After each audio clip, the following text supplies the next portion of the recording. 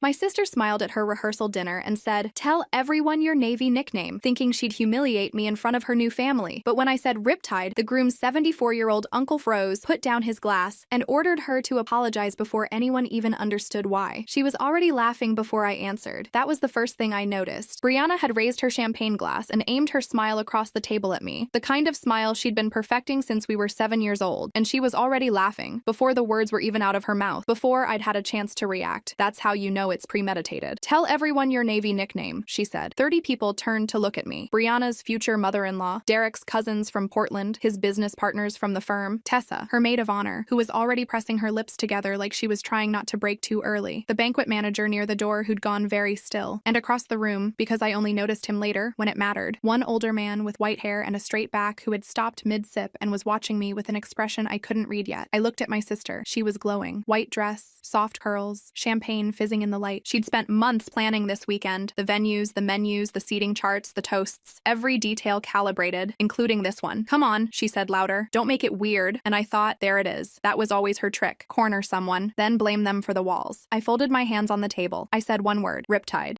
You need to understand something about Brianna and me before any of this makes sense. We grew up in Greenfield, Ohio, in a house that was too small for the arguments our family managed to generate. My mother, Diane, was a paralegal who believed in keeping the peace above everything else, above honesty, above fairness, above her own comfort. My father left when I was 9 and Brianna was 12, and after that, maintaining the illusion of a happy family became Diane's full-time occupation. Brianna understood this early. She figured out that if she smiled at the right moments and blamed problems on other people quickly enough, she could avoid almost any consequence. She was charming and quick and beautiful, and people wanted to believe her. Teachers, boys, extended family members who only saw us at Christmas. Me, I was the stubborn one, the one who wouldn't let things go, the one who made things complicated by refusing to pretend nothing had happened. By the time I was 17, that dynamic had a name in our household, Monica being difficult. I enlisted in the Navy at 19, not out of desperation. I'd had a partial scholarship to Ohio State waiting, but because I wanted to belong to something that required me to be exactly who I was. No performance, no maintenance, just work and competence and truth. The Navy gave me that. It also gave me the nickname. I was stationed aboard the USS Dwight D. Eisenhower for my first deployment, working as an aviation boatswain's mate, the people responsible for the choreography of flight deck operations, which is the most dangerous working environment in the world outside of active combat. There is no margin for hesitation on a flight deck. You learn to read the situation before it's finished happening. You learn to move without being told. My chief, a 12-year veteran named Petty Officer First Class Marcus Webb, started calling me Riptide about 4 months in. I'd asked him about it once. He was eating a breakfast burrito and barely looked up. "Riptide doesn't fight the water," he said. "It is the water. You can't see it coming and you can't stop it once it's there." He took a bite. "That's you." The name stuck. It wasn't a joke to the people I served with. It was an acknowledgement, a shorthand for something they'd watched me earn. But Brianna had heard the word Riptide the one time I made the mistake of mentioning it during Christmas dinner 3 years ago, and she'd laughed then too. Said it sounded like a soap opera character. Said I was always so dramatic about the military stuff. She didn't know what it meant. She didn't want to. And now she'd decided to turn it into a punchline at her rehearsal dinner, in front of her fiancé's family, in a room full of people who would laugh because she was the bride and brides owned the room. I knew this because I knew Brianna. What I didn't know, what none of us knew, was that Frank Whitmore was sitting across that room, and that the word Riptide meant something very specific to a former Navy corpsman from another generation entirely. Second, the laughter started the moment the word left my mouth. Brianna burst out first, that bright, performative laugh she reserved for audiences, and then the table rippled. Derek's cousins, a few of his coworkers, even Tessa, who glanced at me apologetically even as she smiled. "Riptide?" Brianna said. "That sounds like a rejected superhero name." More laughter. Someone at the far end of the table repeated it. "Riptide." "What was the other option?" Brianna continued, clearly in her element now, riding the wave of 30 people's attention. "Commander kept in spreadsheet." The table loved that one. I sat still, hands folded, shoulders level, face neutral. The Navy teaches you that too. There are moments on a flight deck when everything goes wrong simultaneously, when the wind shifts, when a cable snags, when an aircraft's trajectory becomes suddenly, catastrophically unpredictable. And the worst thing you can do is let your body announce your panic before your brain has finished solving the problem. So you learn stillness. You learn to let the storm happen around you while your mind works. I was doing that now. My mother's hand found my forearm under the table. She leaned in and whispered, "Just let it pass." I turned to look at her slowly. "Why?" I said quietly. "Is that always my job?" She didn't answer. She never answered that question, because answering it honestly would require admitting that letting things pass had been her strategy for 30 years, and that it had cost both of us things we couldn't name yet. Brianna was still going. She'd turned to Derek now, using him as a prop in her routine, leaning into his shoulder with exaggerated disbelief. "Can you imagine? They actually called her that." She shook her head. "The military is so—" That was when I heard it. A glass Yes, touching the table. Soft, deliberate, the opposite of accidental. I looked across the room. The older man with the white hair had set down his water glass. Both hands now rested flat on the table, and he was looking at my sister with an expression I can only describe as recognition. Not of her, but of something she'd said. Something she'd just accidentally revealed about herself. I didn't know who he was yet. I'd been introduced to approximately 40 members of Derek's extended family and professional circle over the past 24 hours, and the names had blurred. But I noticed his posture. Military straight, even at 70-something. And I noticed that his face had gone very, very still. Not confused, not offended, recognized. He pushed his chair back. The scrape of chair legs on hardwood cut through the laughter like a knife through screen. Every head turned. The man stood slowly. He wasn't tall anymore. Age compresses people. But when he stood, the entire room reorganized itself around him in a way that had nothing to do with height and everything to do with something else. Something that people who've spent their lives in service carry in their posture. He looked directly at my sister. Apologize, he said. Third. The word landed in total silence. Brianna blinked. Champagne glass still raised. Smile still in place, but frozen now. Confused. What? She said. Apologize. His voice was calm. Now. It didn't rise. It didn't crack. There was no theatrics in it. No performance. No anger. And that, I think, was what made it terrifying. Anger you can dismiss. Calm like that you cannot. Brianna forced a laugh. Uncle Frank, come on. It was just a joke. Uncle Frank. Derek's uncle. I filed that away. No, Frank said. It wasn't. Brianna looked around the table. It was a reflex. The same thing she'd always done. The thing our mother had trained both of us to read automatically. The find an ally scan. Look for the face that will smile back. Look for the person who will laugh and break the tension and make this okay. She scanned 30 faces. No one smiled. Not Derek. He was looking at his uncle with something like understanding dawning in his expression. Not his parents, who had gone very straight in their chairs. Not the cousins who'd been snickering 2 minutes ago. Not Tessa, who was suddenly deeply interested in her salad. Brianna was alone in the middle of the joke she'd made. I didn't mean anything by it, she said. Her voice was smaller now. A register I hadn't heard since we were children. Since before she'd learned that volume could substitute for vulnerability. Frank's jaw tightened. That, he said, is what people say when they want the damage without the responsibility. Derek shifted in his chair. He leaned slightly toward Tessa, who was sitting 2 seats down. Tessa, he said quietly. Did Brianna plan this? Before dinner? Tessa went pale. The word planned sat in the air between them. Tessa. Derek's voice was careful. Please. Tessa looked at Brianna. Brianna's eyes found Tessa's across the table, and I watched what passed between them. A whole conversation in about 2 seconds. Don't